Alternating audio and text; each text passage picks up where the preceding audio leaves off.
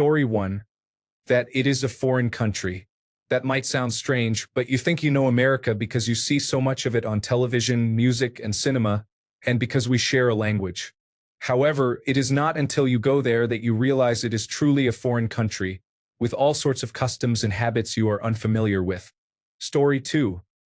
Something that surprised me was the number of people with untreated mental illness on the streets. It felt like a significant number of individuals had fallen through the cracks and did not receive the support they needed. I have visited 5 states and several cities, and New York City was particularly affected by this issue, which was quite heartbreaking. Story 3. Random people will stop and talk to you. I am used to a friendly nod or a good morning, but in America, they are open to conversations with strangers. Story 4. The large gap between stalls in public restrooms makes it uncomfortable. I prefer not to make eye contact with strangers while using the facilities. Story 5. How pleasant and welcoming everyone was. I found that the majority of people I interacted with were friendly, polite, and interested in where I came from when they heard my accent. I had allowed myself to believe that the negativity we see online reflects the reality in the United States for most people, but it absolutely doesn't. People in the United States were getting along with their days and with each other quite well from what I observed. Story 6.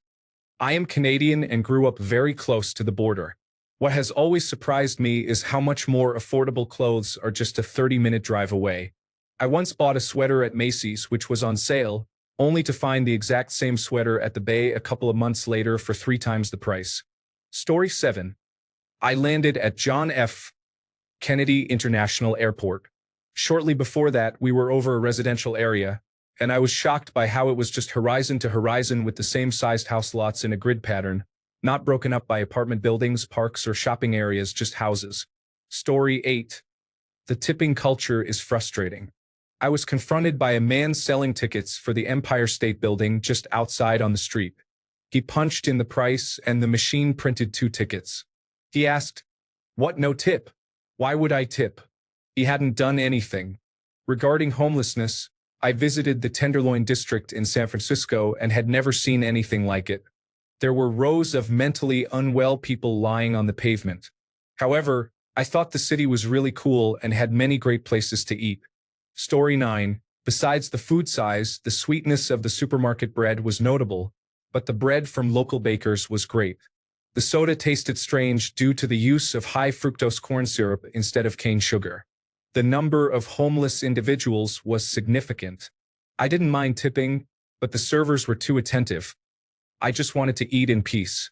Most people were very friendly and down to earth. Story 10. Many areas, especially suburbs, are only accessible by car. Additionally, transporting groceries over a week or 2-week period can be challenging. It was more common for us to walk to the shops every 1 or 2 days to get what we needed. However, if you don't own a car, carrying large quantities can be difficult. Story 11. I am an American, but every time I return home after traveling abroad, I am reminded of how loud we are. I generally refrain from criticizing fellow Americans, as the rest of the world does that enough. However, I would appreciate it if people could speak a bit quieter so I can think without being forced to overhear entire conversations. Story 12. When the server takes your card and walks away to use the payment machine, it can be a bit unsettling. The server coming over every 10 minutes to ask how the food is can feel overly friendly. It can be distracting how loudly people talk. Their conversations are easily heard by everyone nearby. The tipping culture is also a topic that can spark discussion. Walking into an establishment and seeing a "no firearms beyond this point" sign on the door is striking.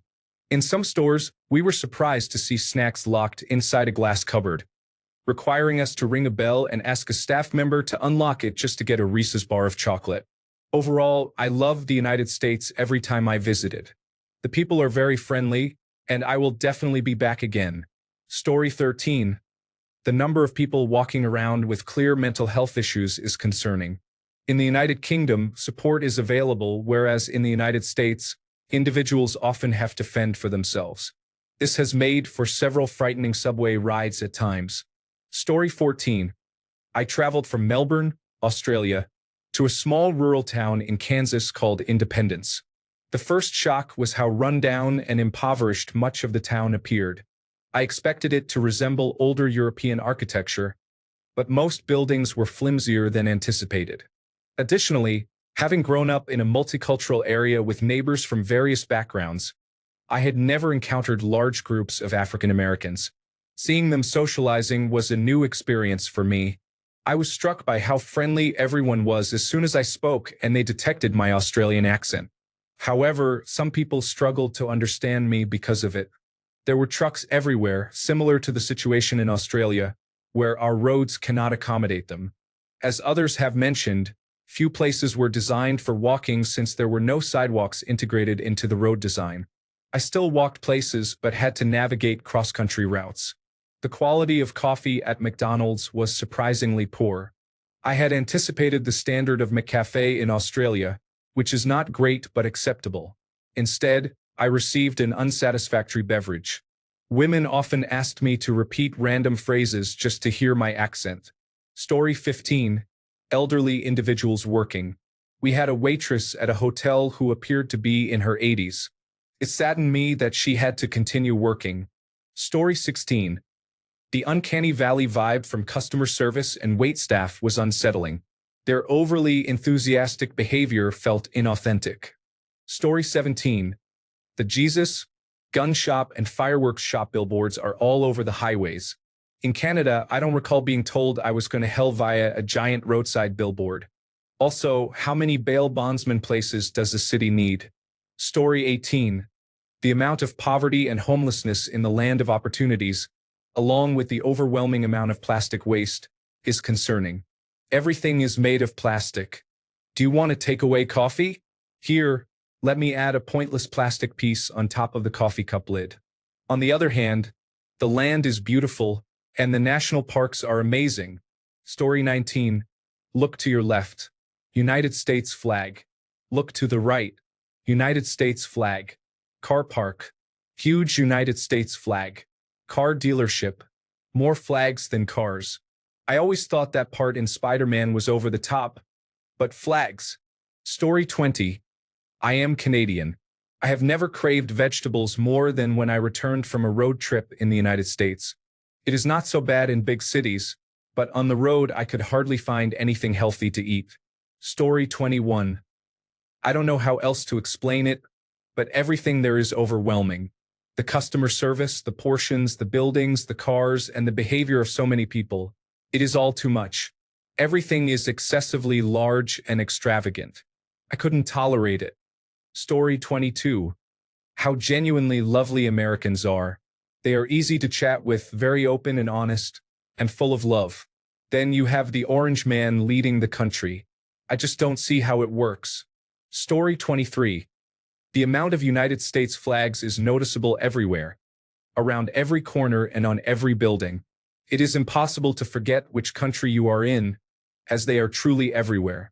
In Australia, flags are typically displayed only at important locations. Story 24. I'm surprised nobody has mentioned this yet, and maybe it's a bit cliché, but the socioeconomic divide was absolutely stunning to see, different from what I could have imagined. I lived in London at the time, which has a huge mix of cultures and class divisions as well, but this was so different. Much more systemic, if you know what I mean. I went to Washington, D.C. for work and decided to stay in a residential area. Every day, I took the bus from a nice neighborhood through areas with visible poverty and signs of systematic neglect. Then I arrived in central D.C. at my office, where the only people of color were the staff, such as cafeteria workers and cleaners. Story 25. As a solo female traveler who visited major cities on the East Coast, I noticed that while most people acted friendly, there was an underlying sense of anxiety and caution. It was difficult to explain, but it felt as though fear and worry were ingrained in their worldview in a way I had not encountered before. Story 26. Yes, America has its problems, but it is still the best country in the world. Oh, have you ever traveled abroad? Why would I? This is the best country in the world. I have had this conversation more than once in the United States. Story 27. During a road trip across the United States, I experienced many things that other travelers have mentioned, but one surprising observation was this. If you can imagine a way to attach a bed to the back of a vehicle, Americans will do it. There are countless inventive ways to enjoy a vacation, such as driving around in a caravan, a pop-up tent on a pickup truck, or a motorhome. They definitely love their driving vacations and are creative in how they make it happen. Story 28. Seeing a sign at a restaurant for the first time stating that it was a gun-free zone was unsettling, to say the least. Having lived in Canada in the far north close to the Arctic Circle in large inner cities, and in small rural farm communities, we certainly have our share of guns here. However, seeing a sign like this was unexpected. Story 29. The size of the cars and the suburbs without sidewalks, along with being shouted at for jaywalking because we didn't know it was a concern. Story 30. That VAT is not included in anything you buy, and I have to do math to calculate how much I should tip. Story 31. The tipping and prices are not included with VAT. It feels like a significant inconvenience. Land of the free? More like a land of great inconvenience. Story 32. There were many homeless people present, even in small rural towns, where there was a significant homeless population. Story 33. As both a tourist and an immigrant, now a naturalized citizen, I find the level of racial segregation alarming. If you look up a data visualization of most cities based on the percentage of people from minority backgrounds, you will see concentrated populations, often in areas separated from others by highways. There is usually a shocking lack of amenities and infrastructure in those areas too, along with fewer parks, sidewalks, and trees. I was especially shocked to learn that school funding is significantly influenced by the property taxes paid by people in the district for that school. It seems completely unacceptable. Story 34. I visited New York years ago from London, and it was one of the best places I've ever been. Everyone was wonderful, kind, and polite. Every person addressed us as sir or ma'am and opened doors for me and my husband. We went when Donald Trump had just taken office, and I was nervous about being a foreigner, but I didn't have to be. We saw the Thanksgiving Macy's parade and met two different groups of people who discussed their political views very politely. I don't even want to start on all the amazing food we ate, from delicious soul food in Harlem to the best steak I've ever had. I forget the name of the place. Overall, I'd love to go back to the United States and visit other places. It's on my bucket list. Story 35. I had always been told that America is the greatest country in the world, and as a young man, I was contemplating moving there. When I arrived, I was shocked by the number of homeless individuals and drug addicts on the street, and I heard stories about how lives fell apart due to medical debt. The fact that things I took for granted in my country, such as 6 weeks of government-mandated vacation and free healthcare, were not available there was striking. That was before I met people at the college I was studying at who had friends or had themselves experienced school shootings or knew those who died in them. To me, America felt like a third-world country.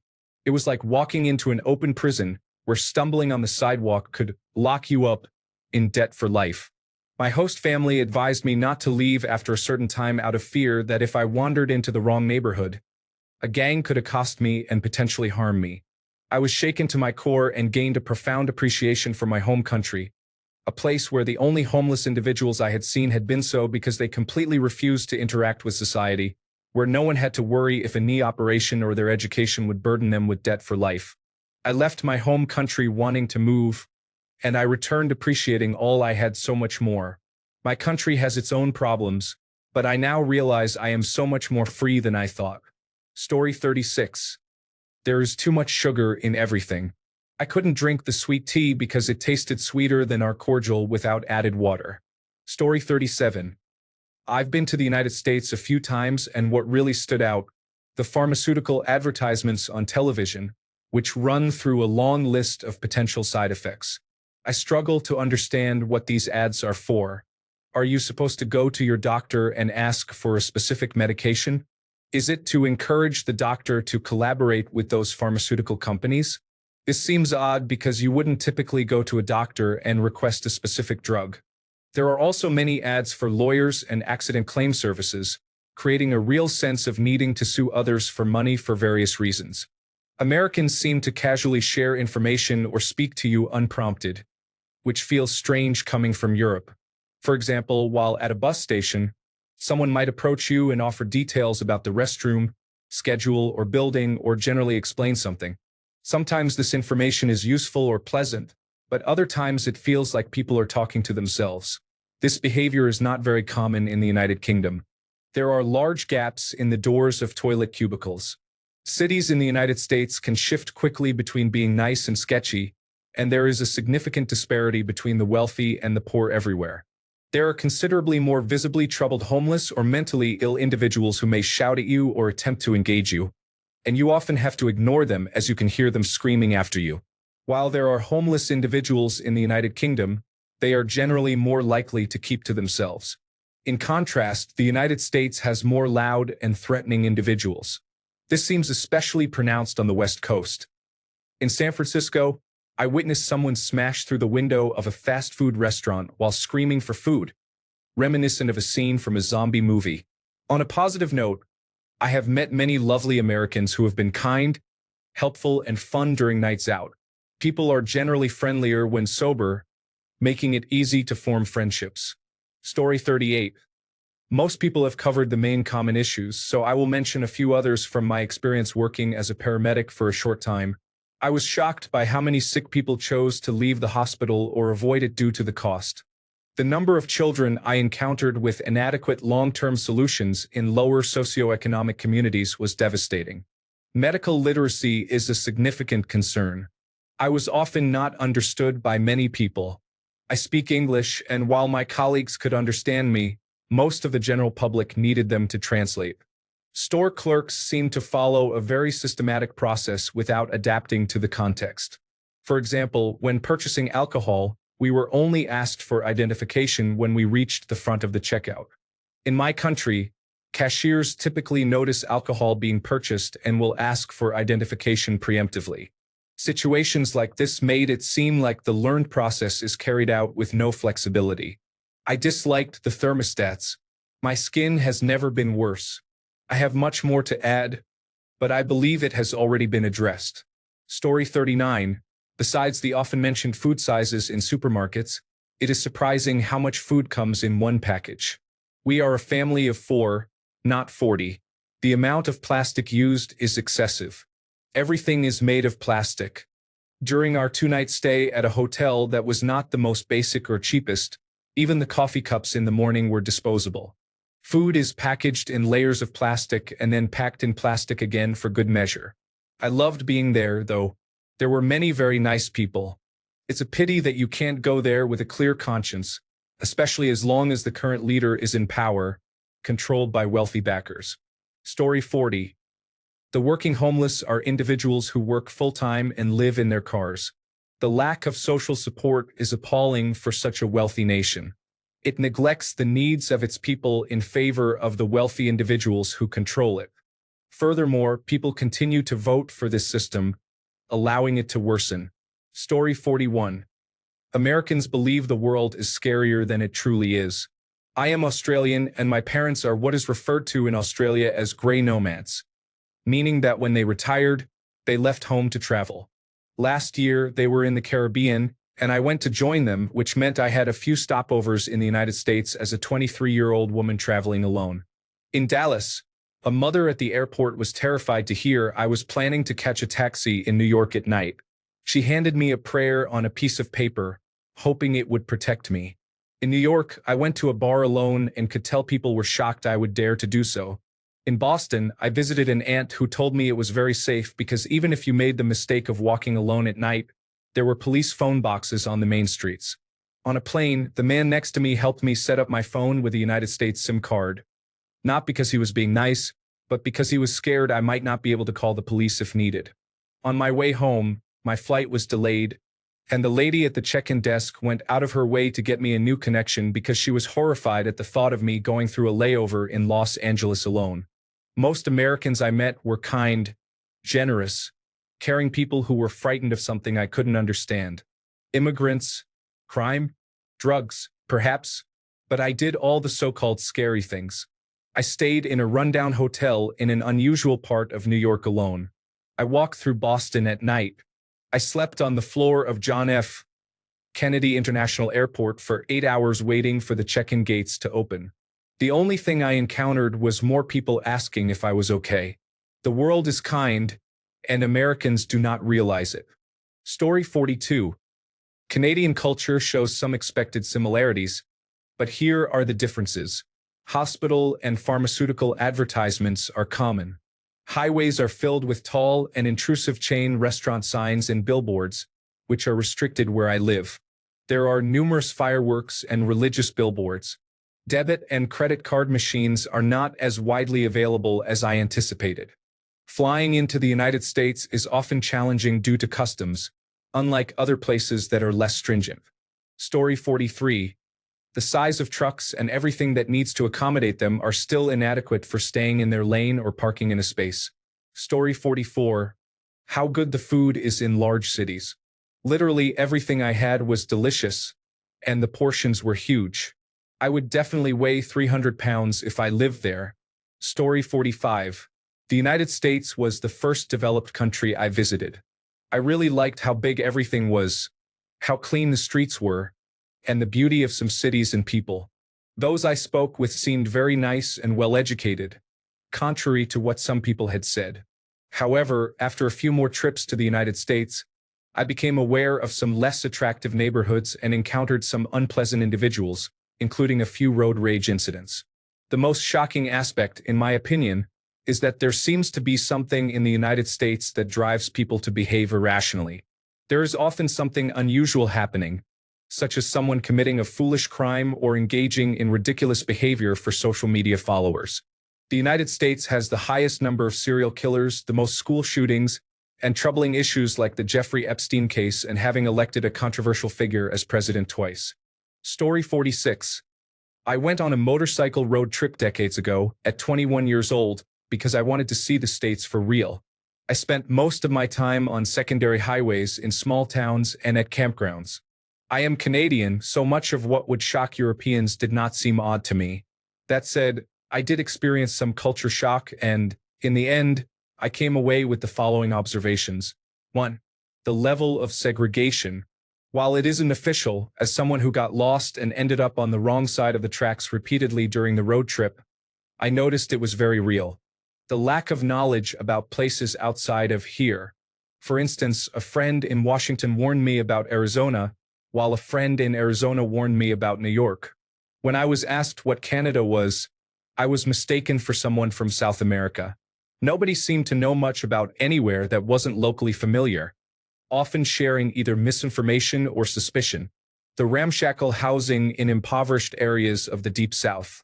In warmer climates, I guess you do not have to worry as much, but I was astonished.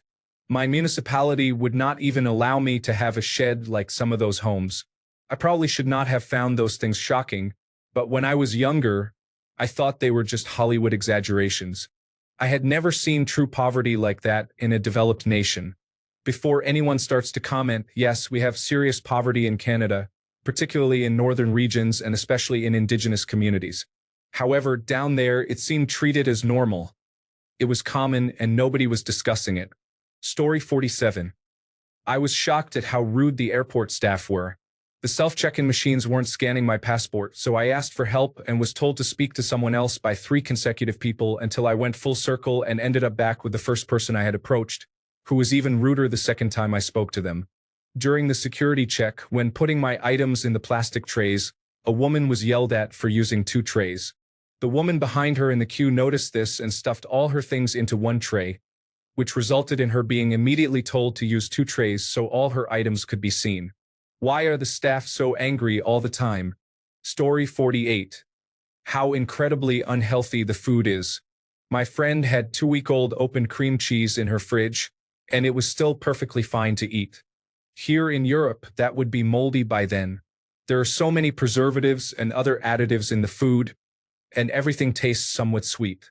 It is a great shame because there is also some excellent produce grown as well. Story 49. Probably not my biggest shock, but something that hasn't been mentioned that I can see is the amount of billboards along roads. There is an excessive number, and many of them are for personal injury lawyers. Specifically, there is an overwhelming number of Morgan and Morgan billboards. Story 50.